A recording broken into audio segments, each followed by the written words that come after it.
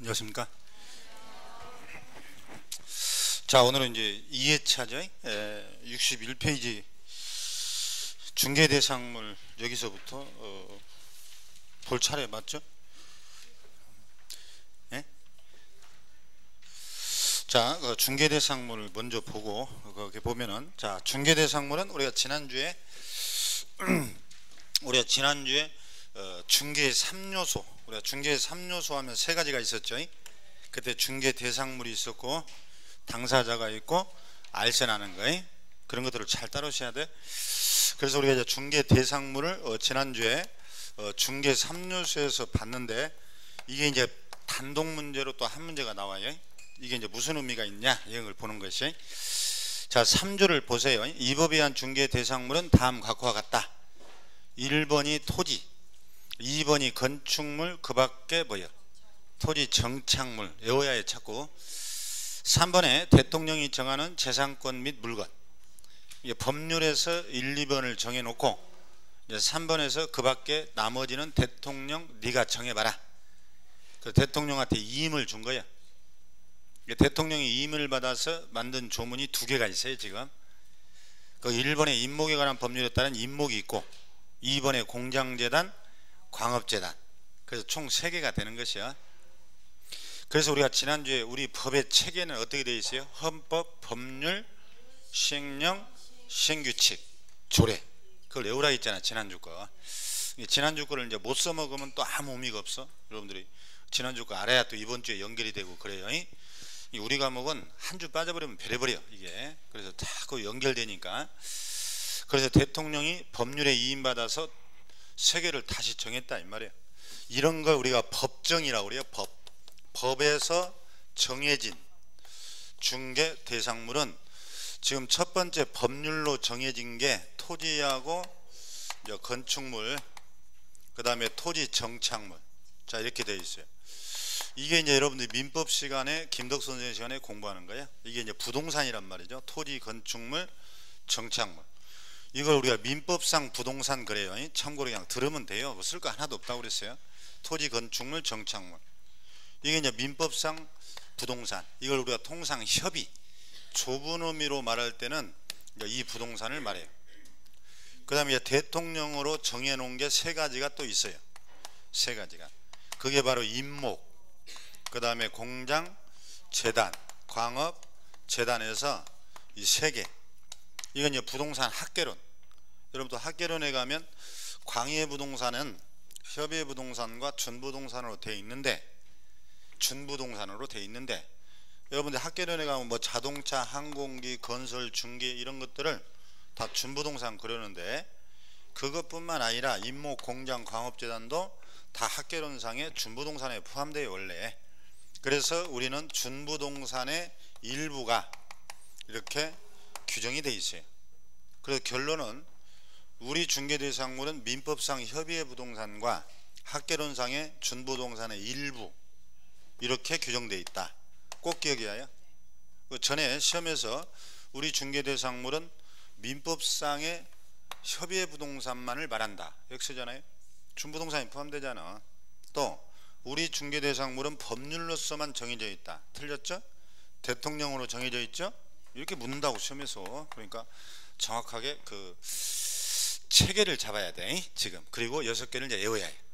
그럼 이제 넘겨보세요. 책을 넘겨보시면, 자, 2번에 뭐라고 써졌냐, 맨 위에 중개대상물에 해당되어야 중개에 해당될 수 있고, 중개에 해당돼야 중개업이 될 수 있다. 또한 지난주에 한 거예요. 중개업에 해당되어야 무등록 중개업이 될 수 있다. 따라서 거기다 줄을 쳐요. 중개대상물은 무등록 중개업의 개념을 정하는 기준이 된다. 이 자체가 이제 시험에 나오는 건 아닌데 또 페이지를 못 찾아. 지금 62페이지라니까 다 읽었구만. 그러면 이게 이제 무슨 의미냐, 이것은 개업 공인중개사의 고유 전속 영역이다 이 뜻이에요. 고유 전속 영역. 이 말은 이제 뭔 말이냐, 그것이 그 3번이 그 말이 써졌네. 3번 중개대상물은 개업 공인중개사만이 그랬잖아. 고유 전속적으로 중개를 업으로 할 수 있다. 그래서 이런 얘기예요. 설명을 잘 드려야 돼. 그 줄치는 거 아무 의미도 없어요. 지금 이게 이제 부동산이에요. 부동산. 여러분들이 지금 중개업자가 되려고 하고 여기에 자격증을 따라왔단 말이에요. 그럼 여러분들이 중개업을 하는 분야는 부동산 중개업자요, 동산 중개업자요. 그러니까 이 부동산이 바로 여러분들의 중개 대상물이 된다니까 앞으로.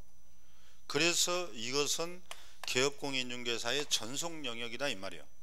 그럼 달리 말하면 일반인은 항상 여러분을 가리킨다 있어.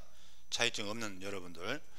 그러면 여러분들은 지난주에 이 부동산인 중개 대상물을 반복해서 영리 목적으로 할 수 있어 없어요? 없죠. 우연히 한번 중개는 할 수 있어 없어? 있다. 지난주에 OX 문제까지 다 풀었어. 그래서 여러분들이 일반인이 이것을 우연히 한번 하는 중개는 가능한데 이것을 반복적 영업으로 하는 중개업은 돼야 안 돼요? 안 된다니까요. 그러니까 이 중개 대상물 6가지는 중개업자만이 영업으로 할 수 있는 밥그릇이에요. 밥그릇. 이런 우리나라 전문 직종에 세무사 영역이 있고 법무사 영역이 있고 의사 영역이 있잖아. 약사 영역이 있죠. 영역이 다 있잖아. 자기 영역이. 그럼 변호사 업무를 하려면 변호사 자격증이 있어야 하잖아. 법무사 자격증이 있어야 되고 세무사 자격증 다 있어야 돼. 그러니까 아무거나 막 하는 거 아니잖아. 전문 직종은. 그러면 이 부동산을 중개를 업으로 하려면 여러분들은 뭘 따야 해요? 자격증. 그리고 등록을 해야 해요. 우리가 지난주에 개업공인중개사는 이 법에 따라 뭐야? 등록한자. 그래서 등록한자가 중개업자고 중개업자가 이것을 중개업으로 하는 것이지 일반인 여러분들이 이걸 업으로 하면 안 된다. 왜냐? 여러분들은 등록을 했어요? 안 했어요? 안 했지. 그러니까 무등록 중개업이 돼버려요. 여러분들은. 그럼 우리 법에서는 3년 이하 징역 3천만 원 이하 벌금으로 처벌된다고 그랬죠. 봐, 지난주 거 복습이잖아 지금. 지난주에 엉터리로 들어버린 사람은 또 이제 못 따라. 그러니까 다시 한번 복습을 시켜준 거예요. 그러면 이제 3번을 봐요. 일반인도 중개 대상물에 대한 중개는 할 수 있으나 지난주 거 중개를 업으로 할 수는 없다. 여러분들이 이 중개 대상물 6가지를 중개를 업으로 한 때는 여러분들이 뭐가 돼버린다? 무등록 중개업이 돼버린다. 그래서 처벌된다 이 말이에요. 그 처벌이 뭐야? 3-3 그거 하나 써놓으면 그거 얘는 없어요. 이게 이제 중개 대상물의 의의요. 그러니까 여러분들이 결론적으로 나도 이 부동산을 직업으로 하고 싶다. 그럼 빨리 자격증 따서 등록을 해야 된다. 이제 그런 의미예요. 별거 없어요. 4번, 5번은 전혀 필요 없고 눈길도 줄 거 없고 이제 그 밑에 2번에 가면 법정 중개 대상물 6가지가 이제 개별적으로 하나씩 개념을 이제 본다는 뜻이에요. 그래서 토지가 먼저 나와요. 6가지. 반드시 이 6가지는 외워야 해요. 지금 6개. 이게 여러분들의 앞으로 여러분 중개업자가 되면 여러분의 밥그릇이 된다. 이게 변호사들은 이걸 못하는 거예요. 법무사도 못해요. 세무사도 못하고 중개업자만 할 수 있는 거예요. 6가지가. 그래서 이 6가지가 중개업자의 밥그릇이다. 이렇게 기억하는 거야. 지금 책을 셔볼 때가 아니에요. 그 셔보면 뭐 몇 장 남았는가 이제 이해인데. 그러면 그 토지를 보면 여러분 토지가 중개 대상물이라는 것은 부동산으로서 중개 대상물이라는 것은 삼척 동자도 알지? 여러분 공부 안 했어도. 그럼 여러분 이제 토지의 구체적인 개념은 여러분들 앞으로 민법, 공시법을 하고 와야 해요. 그러니까 토지가 중개 대상물이다. 우리는 이것만 알면 사실은 끝이에요. 시험과 관련돼서는. 이제 그렇게 하고 하면 너무 심심해. 그래서 다른 과목의 내용을 간단하게 한번 보는데 그 오른쪽 페이지로 가면 필이란 말이 나와요. 필. 한 필의 토지.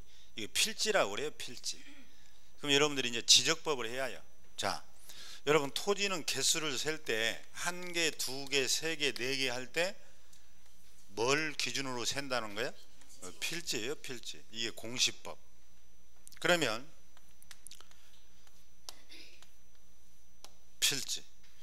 자, 여러분들이 만약에 내가 강화도에 뭐 땅이 있다, 또 일산에 뭐 땅을 가지고 있다, 파주에 땅이 있다, 그러면 여러분들은 필지로 땅을 가지고 있는 거예요. 법적으로 필지로 소유하게 돼 있으니까. 그러면 이 필지라는 개념은 여러분들 앞으로 지적법 시간에 공부하겠지만 독립하게 경계가 다 그어졌어요. 토지가 그 면적이 다 이렇게 정해졌어. 지목이라는 게 있어요. 땅의 이름, 이런 걸 여러분들 필지라고 그래요. 독립한 경계, 지목, 면적, 이런 것들을 정하여 공적장부에 등록된 단위, 그 필지 그래요. 그리고 우리 남한에 한 3,600만 필지가 있다는 거예요. 그러면 여러분들이 이제 이 땅을 매매한다. 만약에 A가 이 한 필지 땅의 소유자인데 이걸 매매를 한다면은 필지로 매매가 이루어지는 거예요. 이게 공시법 얘기라니까. 그러면 등기도 당연히 필지별로 이렇게 이루어져요. 이런 걸 필지라는 개념을 꼭 기억해야 해요. 그러면 이 필지라는 것은 소유권의 범위를 정했기 때문에 이 필지로서 거래의 단위다. 이건 하나 기억하면 돼요. 그 얘기가 좀 써진 거예요. 근데 필지별로 땅이라는 것은 크고 작은 게 많아요. 그리고 10평짜리 한 필지도 있어. 어떤 건 10,000평짜리도 있어요. 임야 같은 건. 그럼 땅이 너무 작다. 그러면 땅을 합할 수도 있어요. 법적으로. 그런 거 합병이라고 그래. 합병, 합필. 또 땅을 쪼개기도 해요. 이렇게 분할, 분필한다고 그래요. 이게 공시법이라니까. 그래서 일단은 필지가 거래 단위, 이거 이외에는 필요 없다 이 말이에요. 자, 그러면 거기서는 2번만 한번 봐봐요. 한필 토지의 일부라고 돼 있네. 자, 여기는 기억번 봐요. 토지의 거래 단위는 뭐다? 필지야. 지금 얘기했듯이 한필 토지 일부만에 대해서. 그러면 자, 이게 200평짜리 한 필지요.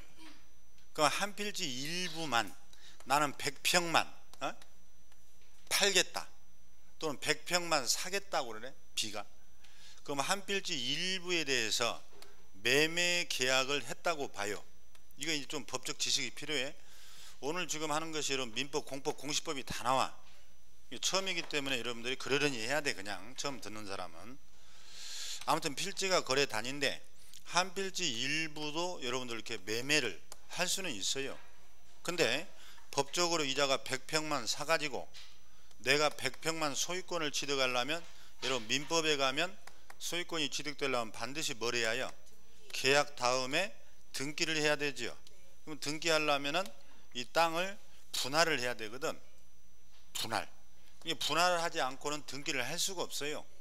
그러니까 일부만 매매한다는 것은 원래는 분할을 전제하고 등기를 한다, 그런 것을 써는 거예요. 거기다가 별 중요하지도 않습니다. 우리 시험에는. 한필 토지 일부만에 대해서 분필을 밟기 전에는 양도, 동골뱅이, 담보물권, 담보물권의 대표 선수는 저당권. 그러니까 자, 금방 얘기했어요. 매매 등기를 하려면 일부에 대해서 뭘 해야 된다? 분필을 해야 한다니까. 그러니까 분필 전에는 등기할 수 없다. 지금 그 얘기를 쓰는 거예요. 그래서 양도, 매매를 할 수 없다. 즉 등기할 수 없다. 담보물권, 여러분 저당권을 설정하려면 등기를 해야 해야 안 해야 해요? 그리고 등기부 을구에 나오잖아. 그럼 이것도 저당권 설정하려면요, 자, 여러분들이 은행 가서 내가 땅이 200평이 있는데 100평만 저당 잡아주세요. 그러면 등기를 못해요. 아까 필지가 거래 단위라고 했잖아. 그럼 저당권도 등기하려면 분할이 전제돼야 돼. 그래서 담보물권을 설정하거나 시효취득은 못한다. 그 말은 등기를 못한다. 그렇게 이해하면 끝이고. 니은번 봐요. 한필 토지 일부에 대해서 분필 절차를 밟기 전에, 똑같은 내용인데 이것은 용익물권이나 임대차는 또 분필을 안 해도 등기가 가능해요. 그게 이제 공시법 내용이야. 그래서 자, 만약에 200평 중에 100평만 B가 용익물권, 지상권을 설정하겠다. 나무 심으려고, 건물을 지으려고, 전세권을 설정하겠다. 또는 지역권, 통행로, 임대차, 이런 걸 이제 물권이라고 그러는데 임대차는 채권이고. 그럼 한 필지 일부 100평만 임대차, 전세권. 여러분 물권은 또 민법을 좀 알아야 해요. 물건은 다 등기가 성립 요건이에요. 그러면 이런 것도 등기하려면 분할을 반드시 해야 되냐? 여러분 공시법에 가면 분할 안 해도 도면만 첨부하면 빌리는 것은 등기가 가능해요. 그걸 알아야 이게 이해가 돼. 그래서 분필 전에도 용익물권이나 임대차 이것은 가능하다. 그 말은 뭐예요? 등기할 수 있다 그 말이에요. 이 기업권은 분할을 안 하면 뭐예요? 등기를 할 수 없는 것이고 니은번은 등기할 수 있는 것이에요. 근데 우리 책이 쓸데없는 소리를 막 써놨어. 어렵게. 그러니까 여러분 책에를 너무 신봉하지 말고 제가 이해시킨 대로 해야 돼. 그러니까 그 문장은 옛날 문장이야.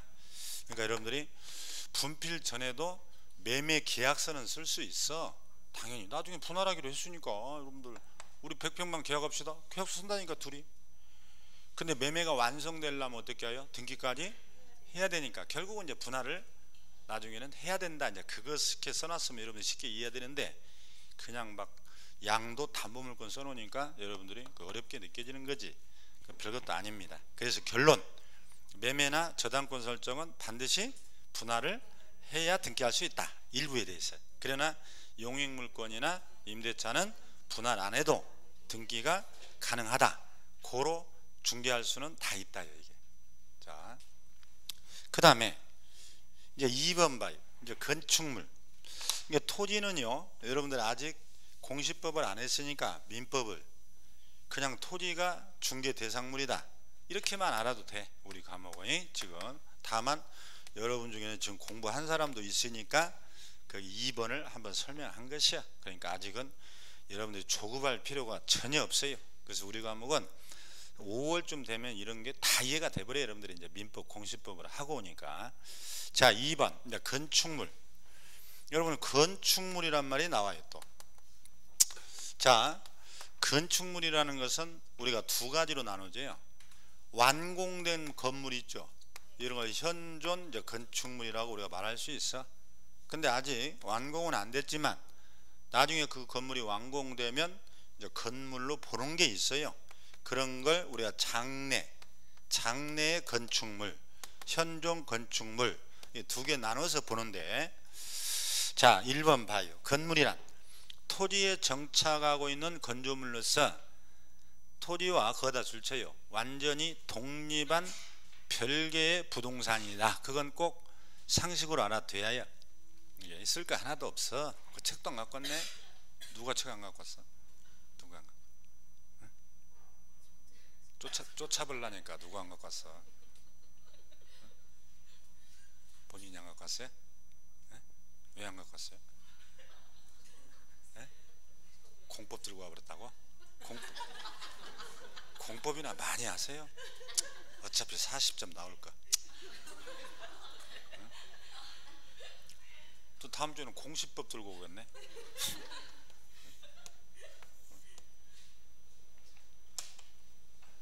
책이 두 개가 비슷한가요? 공법하고? 네? 아니 두 개가 비슷하냐고.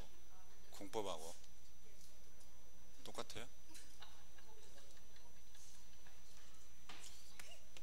오늘 결석한 거랑 똑같아요. 지금. 책 있어도 책도 못 찾는데 그냥 옆 사람.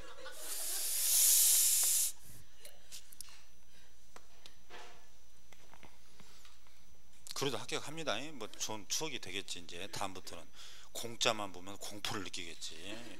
공법, 공시법, 공인중개사법 잘 구별해요. 어? 자, 그 줄친데는 여러분들이 상식으로 알아둬야 돼요. 자, 우리나라는 법이 어떻게 돼 있냐? 여러분 토지도 부동산이라고 했어요. 지금 여러분 건물도 부동산이에요. 그래서 우리나라 법은 토지와 건물을 각각의 부동산으로 봐요. 그래서 등기부가 따로따로 있어요. 여러분들 앞으로 중개업을 할 때 토지 등기부, 건물 등기부를 따로따로 떼야 돼. 자, 여러분들 민법은 우리나라 민법은 1960년에 만들어져요. 60년에. 여러분 우리나라의 아파트가 최초의 아파트가 몇 년도에 지어질까? 아파트 네? 60년도에 지어졌어요? 그 60년도에? 1960년에 민법이 만들어져요. 그 70년도에 이제 우리가 아파트가 만들어지거든. 그러다 보니까 민법은 아파트를 몰라요. 민법 책에 보면 아파트는 안 나와요. 이게 어디 나올까 아파트가? 무슨 법에? 여기 봐요. 책에 아무것도 없어. 여기. 여러분 민법 시간에 민사특별법 공부하죠? 여러분 2차만 한번 손 들어봐. 2차만 하는 분. 2차만 해요? 민법 시간에 민사특별법 하잖아. 민법. 민사특별법이 뭐지? 네? 가등기, 담보등에 관한 법률하고 또 뭐래요? 주택임대차, 상가임대차. 또 뭐하지? 1차를 어떻게 합격했어요? 아니 도대체 1차를 어떻게 합격했대? 민법만 해갖고 합격했는가 봐. 이 시험이 여러분들 아무것도 아니에요. 과목이 뭔지도 모르고 합격하는 거예요. 저렇게. 여러분들 너무 두려워하지 말어. 이거 진짜 아무나도 합격합니다. 이건 여러분 6개월만 딱 열심히 하면 정말이에요. 여러분 60만 맞으면 되거든요. 60점. 이 공법이 법률이 몇 개인지도 모르고 합격해요. 여러분들 몇 개인지. 공법이 몇 개의 법률이? 6개거든 여러분 시험 범위가. 근데 모르잖아 지금. 그것도 합격한다니까요. 그리고 내가 전문가요 하고 여러 사람 기죽이고 다녀요. 그러면 이 과목이 그러니까 너무 조바심 느끼지 마요. 그래서 여러분 집합건물 및 소유에 관한 법률 민사특별법 시간에 여러분 아파트를 공부해요. 그러니까 여러분들이 민법 시간에 토지 건물이 별개다 할 때는 꼭 단독주택을 여러분들이 전제하고 공부하라 이 말이에요. 그래서 토지와 건물이 별개 부동산이고, 그럼 A가 토지와 건물이 동일한 소유자였다가 토지는 안 팔고 건물만 이렇게 팔 수 있을까요? 2차 하는 분 건물만 팔 수 있어 없어? 다시 2차 한 사람 손 들어보세요. 이제 안 들어버리네 이제. 아니 토지와 건물이 동일한 소유자였다가 단독주택, 아파트는 이제 생각하면 안 된다니까. 민법 시간에도 민사특별법 시간에 생각이 한다니까. 왜냐하면 민사특별법 시간에 아파트를 공부해요. 그게 집합건물 및 소유에 관한 법률이라고 그래요. 그걸. 그래서 아파트는 토지와 건물을 분리해서 처분할 수 없도록 아예 법이 규정해 버렸어. 지금 1차 합격은 뭐 그런 얘기 들었나요? 대지 지분과 건물은 분리할 수 없다. 그럼 아파트 분리해서 팔면 10층에 사는 사람 어떻게 들어가야 해요? 막 날아다녀요 슈퍼맨처럼? 그래서 아예 정해졌어요. 토지와 대지 지분을 분리해서 처분할 수 없도록. 아파트는 그러니까 민법은 단독을 공부한다고. 단독. 그래서 민법이 1960년에 만들어져서 아파트를 몰라요. 그래서 여러분 아파트는 특별법 시간에 따로 공부하는 거예요. 근데 그걸 모르고 어떻게 1차를 합격했을까? 신기해. 시험 당일날 신내림이 있었겠지. 막 찍은 게 다 맞아버리는 거예요. 막. 자 보세요. 그리고 단독주택은 토지와 건물이 별개고 별개로 이렇게 매매할 수 있다니까요. 그래서 이 사람이 건물만 이렇게 팔아버려요. 비하게. 토지는 안 팔고. 이런 걸 여러분들이 관습법상 법정 지상권, 토지 건물의 소유자가 달라져 버리잖아. 이런 걸 놀리지 마라 이 말이에요. 우리 법은 이렇게 돼 있어요. 그래서 여러분들이 그 첫 번째 줄, 두 번째 줄을 꼭 기억을 해야 앞으로 이제 민법을 공부하는 거예요. 우리는 토지와 건물을 뭐라고 한다? 별개의 부동산. 그 따로따로 사고 팔 수 있다. 아시겠어요? 그거 하나 일단 상식으로 해두고, 그 다음에 이제 기억번호 내려가면 토지의 정착물인 이제 건물 나오는데, 그러니까 여러분들이 다시 말하면 어떤 사람이 건물만 팔아달라네. 그럼 중개할 수 있어 없어요? 있다니까. 단독 토지만 팔아달라. 중개할 수 있다고요. 그러니까 어떤 집이 너무 좋은데 생각보다 너무 싸. 얼른 샀지. 토지는 아니라네. 그런 경우가 생긴다니까. 이게 경매도 토지만 건물만 나오는 경우가 있어요. 토지 안 나오고. 싸다고 또 얼른 받았다가는 큰 낭패를 보지. 아시겠어요? 그게 가장 법의 기초요. 우리나라는 토지 건물이 따로따로 거래가 된다. 그 따로따로 등기 대상물이다. 그게 세 번째 줄에 딱 써졌잖아. 책이 없는 사람이 많네 의외로. 왜 그래요? 막 혈서를 쓰고 있나요 지금? 볼펜은 가져왔나요? 책도 없이 어떻게 공부를 해? 자, 딱 그 세 줄. 자, 그 다음에 이제 기역번 봐요. 토지의 정착물인 건물. 그러면은 여러분들 우리 책에는 또 빠져 있는데 민법 시간에 아마 공부를 합니다. 이것도 다 민법상 부동산이라 했잖아. 김덕수 선생 시간. 그러면 우리가 현존 건축물이라는 것은 최소한의 지붕과 기둥 그리고 벽, 이게 이제 민법상으로 이게 부동산이라고 그래요. 건물. 그러니까 건물이라고 하기 위해서는 최소한 어느 정도 건물이 지어졌을 때 건물이라 할 거냐, 그게 이제 판례가 나온다고 민법에서. 아시겠어요? 그러면 최소한에 뭐가 있어야 한다고? 지붕하고 기둥, 벽. 그러니까 지금 이렇게 건물을 짓고 있다니까. 한 70-80%밖에 완공이 안 됐어요. 이제 막 창문을 달고 보일러를 깔고 전기 배선을 깔고 막 그래요. 지금 짓고 있다. 그래서 우리는 이것도 현존 건축물이라고 봐요. 꼭 기억해야. 그러니까 건물은 뭐예요? 완공된 것만이 아니라 최소한의 이걸 써놔야지. 지붕과 기둥 그리고 벽이 있으면 그건 건축물로 본다. 그러면 봐봐요. 그러면 짓고 있는 건물을 중개할 수 있느냐? 중개할 수 있다 그래야지. 중개 대상물이 되는 거예요. 그래서 여러분들이 막 집을 짓고 있는데 사고 파는 경우가 있다니까.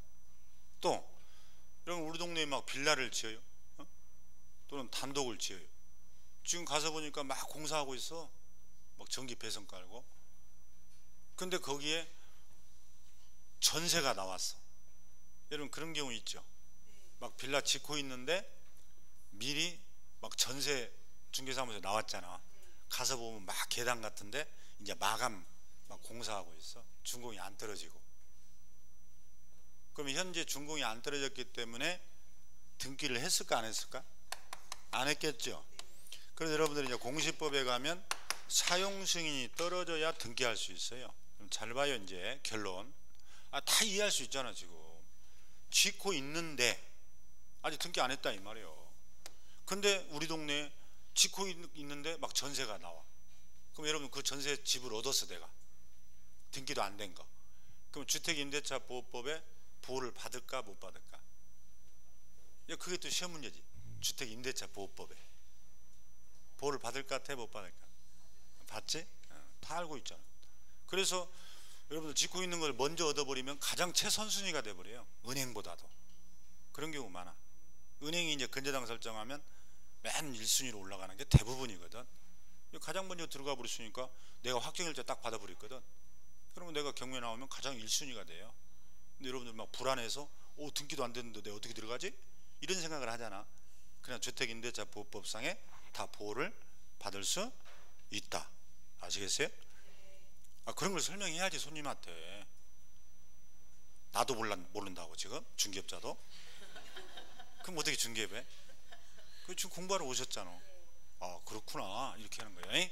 그래서 이런 것을 건축물이라고 그래요. 그 지붕과 기둥 벽이 있으면 짓고 있더라도 사고 팔 수 있다. 그러면 짓고 있는 것은 현재 등기가 당연히 안 돼 있을 거란 말이에요.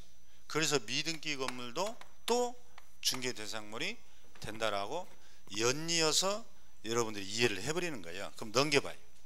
넘겨보면 자 니은번 봐봐요. 니은번에 보면 미등기 무허가라고 나오죠. 자 건물이면 중개 대상물이 되고 이 건물이 아까 지붕과 기둥 그리고 벽 거기다 써놔야지. 등기 여부를 뭐요? 불문. 그러므로 미등기 건물이나 무허가 건물도 다 뭐요? 중개 대상물이 된다. 읽고 크게 그 기억번만 A번만 딱 니은번에 A번만 기억하면 끝이에요. 그래서 우리는 건축물이면 중개 대상물이지 이 건물이 등기가 됐는지 안 됐는지 허가받은 건물인지 아닌지는 따지지 않고 우리는 건물이면 중개 대상물이라니까. 그렇게 외워버리면 돼. 이제 이해가 됐으니까 그렇구나. 자 그 다음에요, 이제 디귿반 한동 건물의 일부.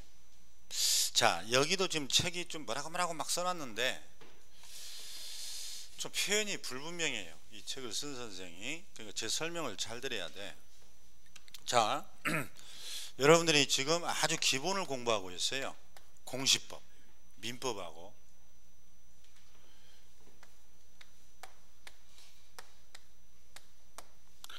자, 101호, 201호, 301호.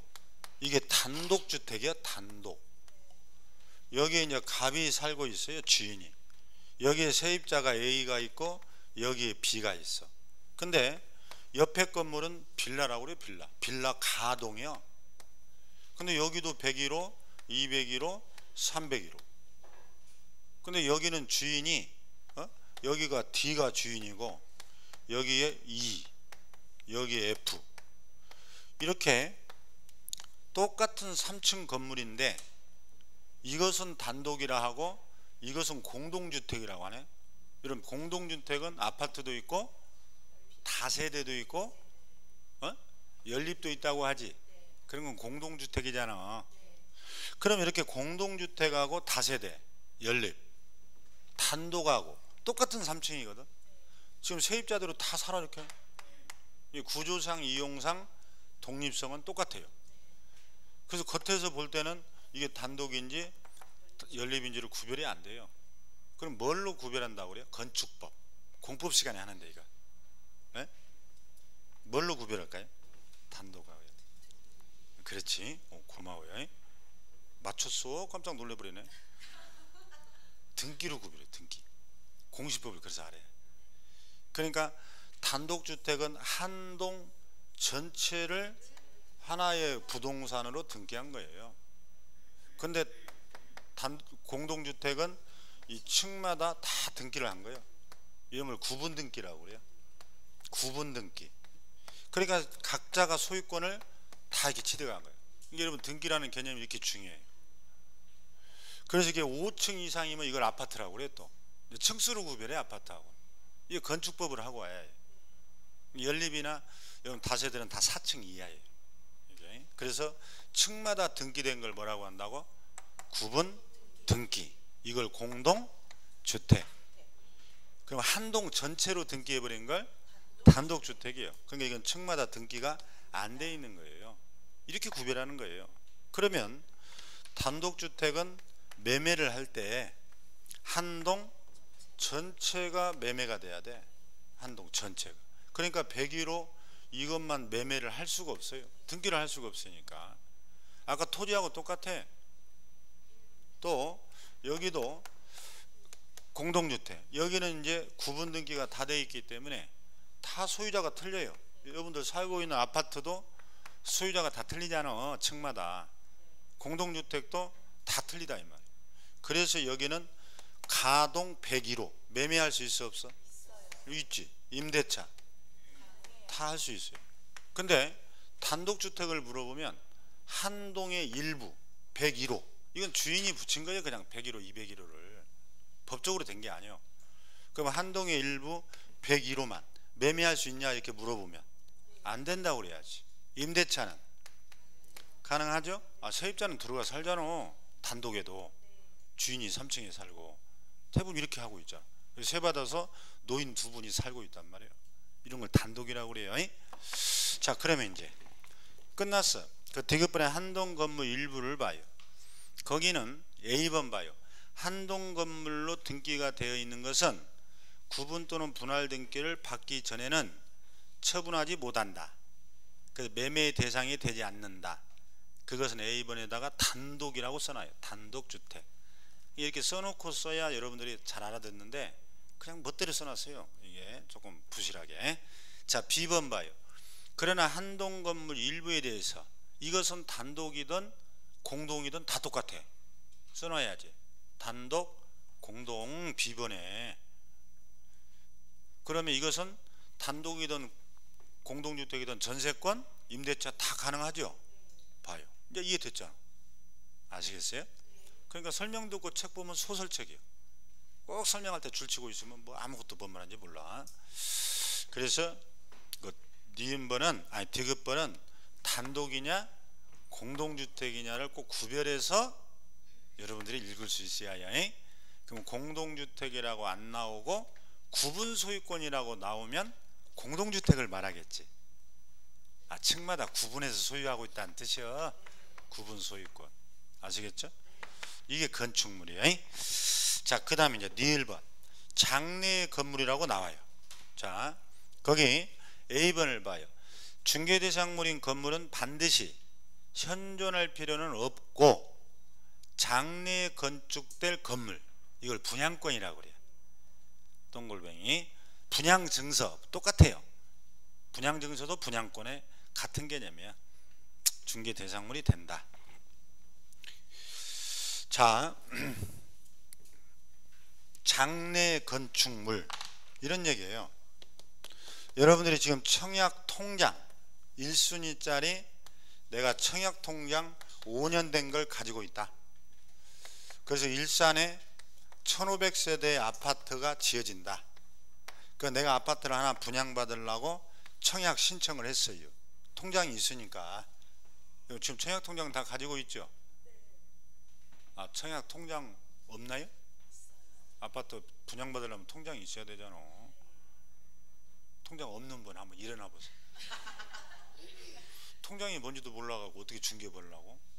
여러분 막 손님들이 와서 이번에 저 일산에 분양된 1500세대 아파트 내가 청약 신청하는 게 좋아요 안 하는 게 좋아요 막 물어보러 오는데, 그럼 나 분양권 전혀 몰라요.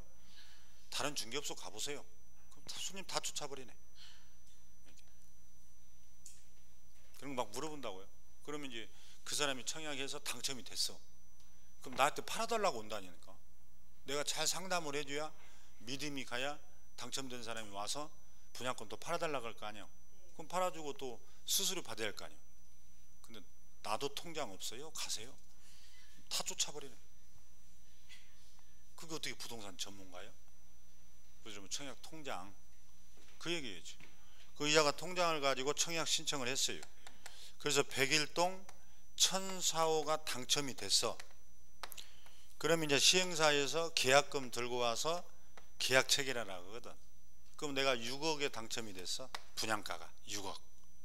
그럼 이제 여러분 10% 가져와라. 그럼 6천만 원. 20% 가져와라. 1억 2천만 원 갖다가 계약을 체결해요. 이렇게 동호수가 확정됐다. 이런 걸 우리가 분양권이라고 그래야.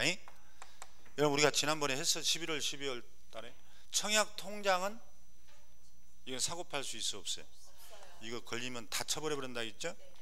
그 다음에 그러면 여러분들이 이제 당첨이 됐어. 그럼 당첨되고 현장에 가보면 야 내가 이번 101동 1004호 당첨됐다. 거기 아파트 지어질 거기는 한번 가보자. 주변에 경관이 어떤가 하고 가족들끼리 쭉 가본단 말이야. 그럼 선분양 후 시공을 하니까 가보면 터파기 공사도 안 했지. 그러죠? 그냥 경계 표시만 돼 있는 경우만. 그리고 막 에드벨론만 둥둥 떠 있지. 뜨거운 성원에 감사 이렇게 써놓고. 그러니까 가보면 전혀 지붕과 기둥 이런 게 없단 말이에요. 이런 걸 장래의 건축물이라고 해요. 그러면 이게 2, 3년에 걸쳐져서 이제 지어져. 그러면 이제 사용 승인 준공이 떨어지면 이제 등기할 수 있거든. 그래서 이 준공이 떨어지기 전까지 권리로서 계속 사고 파는 거 등기 전에. 여러분 준공 떨어지면 이게 이제 아파트가 돼버려요. 이때부터는 분양권이라고 안 해. 주택이라고 하지. 그래서 이게 권리로서 매매되는 걸 우리가 분양권 매매라고 해요. 그걸 분양권 전매 그러는 거예요. 아시겠나요? 고기를 끄떡 해야지. 알았으면 분양권 전매. 그래서 이제 투자자들이 분양권 사러 많이 다니잖아. 여러분들 6억에 분양을 받아가지고 5천만 원 주고 층이 좋으니까 나는 실수요자예요. 5천만 원 6억 5천 주고 사. 내가 피를 주고 그걸 피 주고 산다고 그러지. 그럼 입주 때쯤 되면 이게 한 8억 주고 한단 말이에요. 주변 시세에 따라. 그럼 1억 5천 번 거 아니에요. 싸게 산 거 아니에요 아파트를. 근데 완공된 아파트 살려면 그 시세 다 줘야 되잖아. 그래 안 그래? 그러지? 그 옛날에 막 여기 청라지구 인천 이쪽에 6억에 분양받았다가 피가 1억까지 떴다가 경기가 안 좋아서 뭐예요? 오히려 분양가 이하로 뚝 떨어져 버렸잖아. 그때 막 주워버린 사람은 돈 벌었지. 그때. 그러니까 어떤 사람은 피 6억 아파트를 7억에 샀어. 그럼 이제 8억 갈 줄 알았더니 5억까지 떨어져 버리네. 그러니까 이제 6억에 분양받은 사람 중도금을 못 내니까 어떻게? 막 던져버리잖아. 손해보고. 그거 몇 개씩 주는 사람도 돈 엄청 벌었지 이제. 그때 여러분들은 어디에 있었어요? 이런 걸 몰랐으니 못했겠지. 그래서 분양권은 다 투자자들이 이렇게 다 긁어 모아버리는 거예요. 분양권 살 때도 노얄층만 딱 사는 거예요. 그것도 남양을. 그럼 그 피가 더 뜨거든. 그냥 그때 산 사람들은 지금 뭐 아파트가 뭐 다 올라가 버렸으니 뭐. 그때 이제 파는 사람들은 이제 돈이 없으니까 부득이 팔기도 했겠지만 불안하니까 던져버리기도 했거든. 그게 이제 팔자소관이라고 하죠. 이렇게 올라갈 줄 알았나요? 아파트가. 그래서 이제 부동산의 불패 뭐 이런 얘기가 나오는 거 아니야? 이게. 여러분 주식 투자하는 사람도 뭐예요? 세계 3차 대전 일어난다면 주식이 폭락하죠. 진짜 투자자들은 그때 사잖아. 그때 사잖아. 그럼 또 3차 대전 안 나거든. 그럼 또 올라가요. 몽땅 올라갔지. 그럼 그때서 따라잡지. 남들은 또 다 팔고 나와버리지. 지금 부동산도 진짜 투자자들은 다 이미 팔고 나왔죠. 다 나왔다고 그러잖아. 지금 상투 잡은 사람들이요, 갭투자. 나도 이게 설거지만 할 수가 없다 집에서. 언니 오빠 거 돈 다 끌어다 샀더니 상투 잡았어. 이제 내놔도 안 팔려. 그러는 거예요. 이게 늦으면 타이밍이. 주식도 마찬가지, 부동산도 마찬가지예요. 지금 이제 급매물 나오잖아요. 다주택자들. 그러니까 이미 선수들은 다 팔고 나왔다는 거지. 다.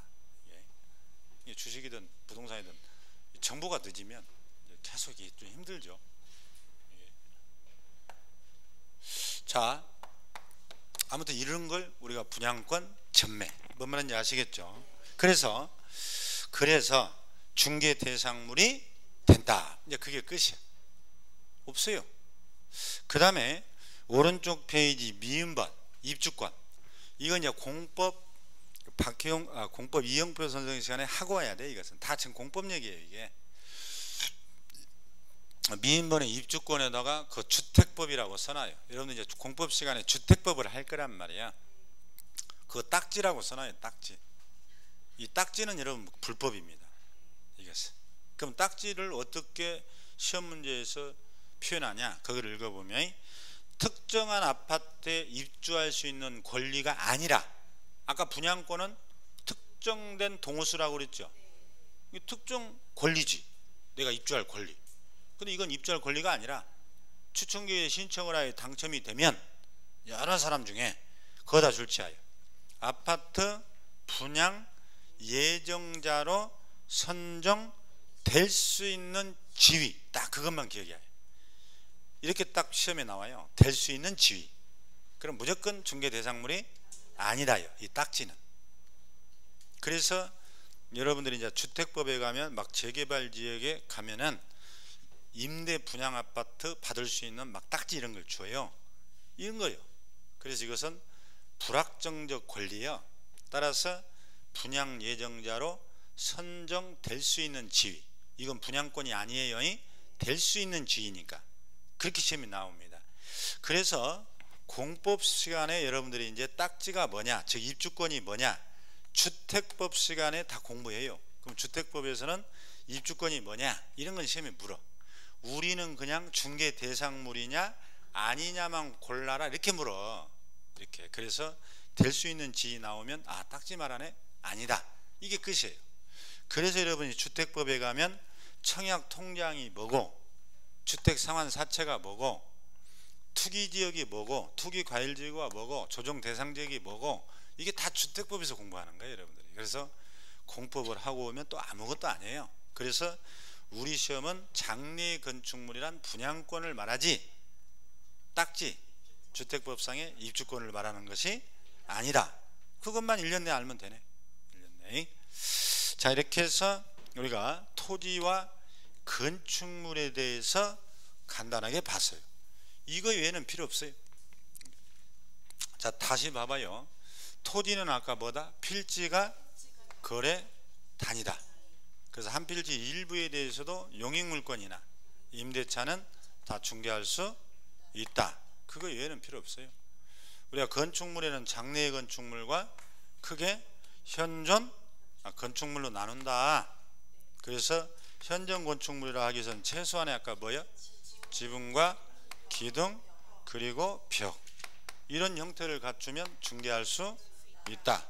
그래서 아직 등기가 안 된 미등기 무허가도 다 중개 대상물이다.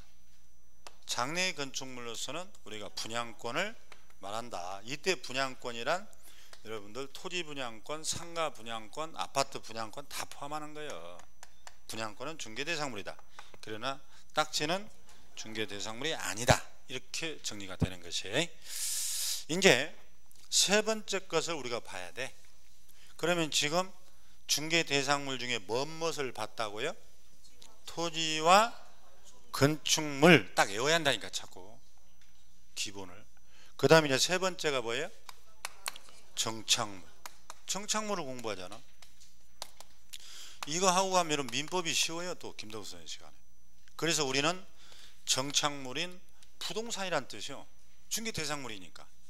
또 넘겼었네. 거기 2번에 써줬잖아. 이번에 누가 선동했어? 앞에 사람이 청 넘기니까 뒤에 다 따라서잖아. 가만히. 그 2번에 써줬구만. 토지 정착물. 거기서 있지. 거기서 하니까 뒤에 쫙 따라서잖아. 또 가만히 있다 혼나는 거 아니냐 해서. 그 토지 정착물 그 2번에 써줬구만. 그래서 이제 정착물을 보는 거예요. 그래서 정착물도 부동산이라니까요. 그래서 중개 대상물이라는 거예요. 정착물이. 그러면 이 정착물도 구체적인 내용을 이제 우리가 몇 가지를 봐야 돼. 근데 어느새 이제 쉬는 시간이 돌아왔어요. 쉬었다는 거예요. 빨리 책 가져오세요. 빨리.